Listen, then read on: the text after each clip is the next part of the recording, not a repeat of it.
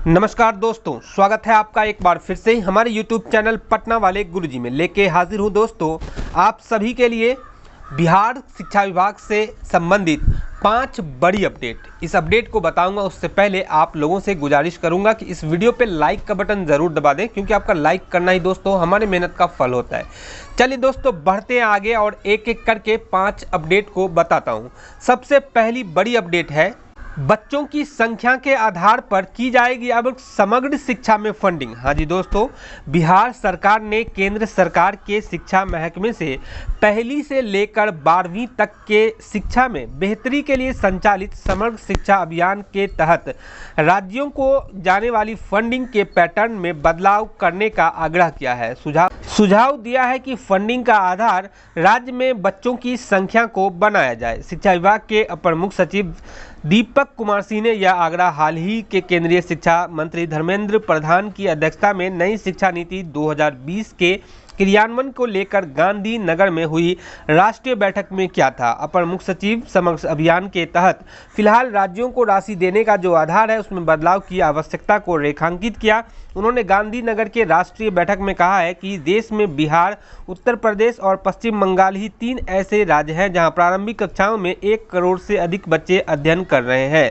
ऐसे में बिहार के स्कूलों को आधारभूत संरचना, कार्यरत शिक्षकों के उन्नयन के लिए प्रशिक्षण कार्यक्रम तथा शिक्षण की सहायक सामग्रियों की अन्य राज्यों की तुलना में अधिक ज़रूरत पड़ती है। चलिए दोस्तों, बढ़ते आगे और अगली अपडेट बताते हैं आपको। अगली जो अपडेट आ रही है, दरभंगा से पंचायत शिक्षकों को मिले अंतर वेतन का भुगतान। इस संबंध में ये अपडेट है। बिहार पंचायत नगर प्रारंभिक शिक्षक संघ के जिला अध्यक्ष रफी उद्दीन के नेतृत्व में सोमवार को एक प्रतिनिधिमंडल ने डीईओ को 7 सूत्री मांगों का ज्ञापन सौंपा और वार्ता की। जिला अध्यक्ष ने डीईओ से बेनीपुर नगर, ताराडीह, कुशेश्वरा स्थान पूर्वी व पश्चिमी, हायाघाट, बहेरी, गौरा बरनाम और सिंहवाड़ा प्रखंड के पंचायत शिक्षकों के अंतर वेतन की भुगतान की मांग की है। इसके लिए साथ में पूर्व में हुई वार्ता के बावजूद भी किसी परिस्थिति में वर्ष 2012 के पूर्व बेसिक ग्रेड शिक्षकों की पदोन्नति नहीं की गई, इसकी जानकारी देने की मांग की गई है। वहीं जीओबी मध्य के मार्च से अद्यतन वेतन का भुगतान, वंचित प्रखंडों में जीओबी मध्य के अंतर वेतन और नवनियुक्त शिक्षकों के वेतन भुगतान की मांग की है।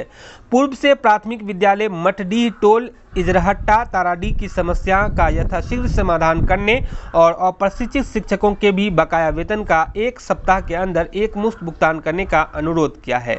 जिला अध्यक्ष के अनुसार डीईओ ने कहा है कि जीओबी का मार्च से अद्यतन भुगतान 4 से 5 दिनों में कर दिया जाएगा।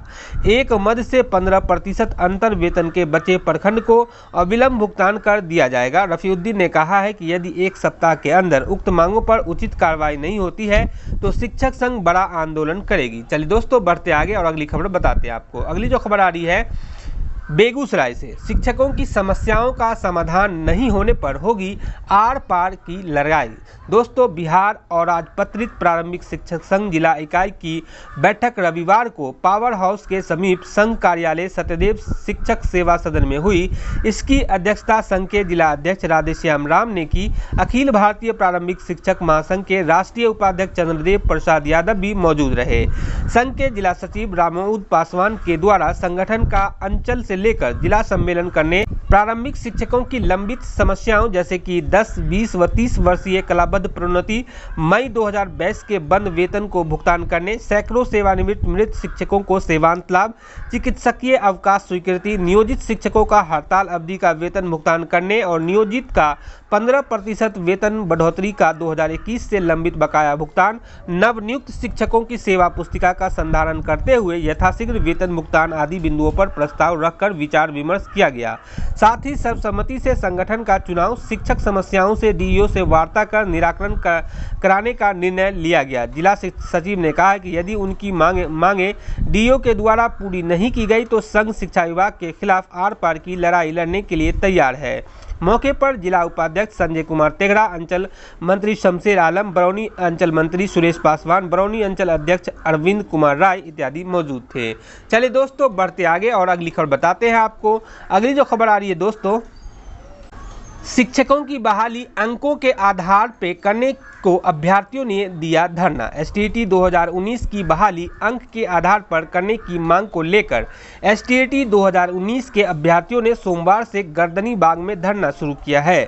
एसटीईटी बहाली संघ के आलोक यादव ने बताया है कि जून 2022 तक की रिक्तियों को एसटीईटी 2019 में शामिल किया जाए।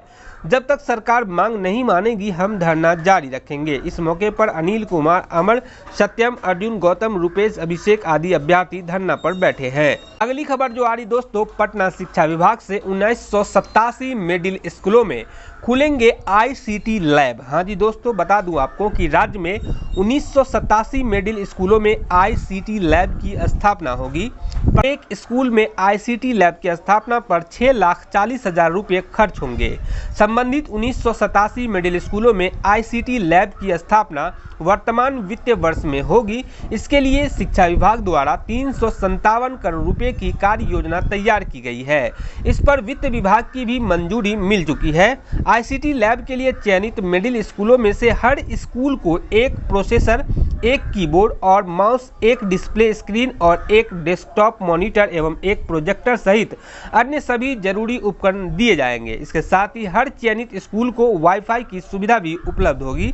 स्कूलों में आईसीटी लैब की स्थापना से उसमें पढ़ने वाले लाखों छात्र छात्राओं को डिजिटल टेक्नोलॉजी की जानकारी मिलेगी। छात्र छात्राओं को ऑनलाइन परीक्षा फॉर्म भरने एवं एडमिट कार्ड डाउनलोड करने सहित सभी प्रकार की शैक्षणिक कार्यों की सुविधा मिलेगी। छात्र छात्राओं को प्रतियोगी परीक्षाओं में मदद भी मिलेगी। इसके साथ ही स्कूलों में वर्चुअल कक्षाओं का भी संचालन हो सकेगा। छात्र छात्राओं को कैरियर से जुड़े जानकारी भी मिलेगी।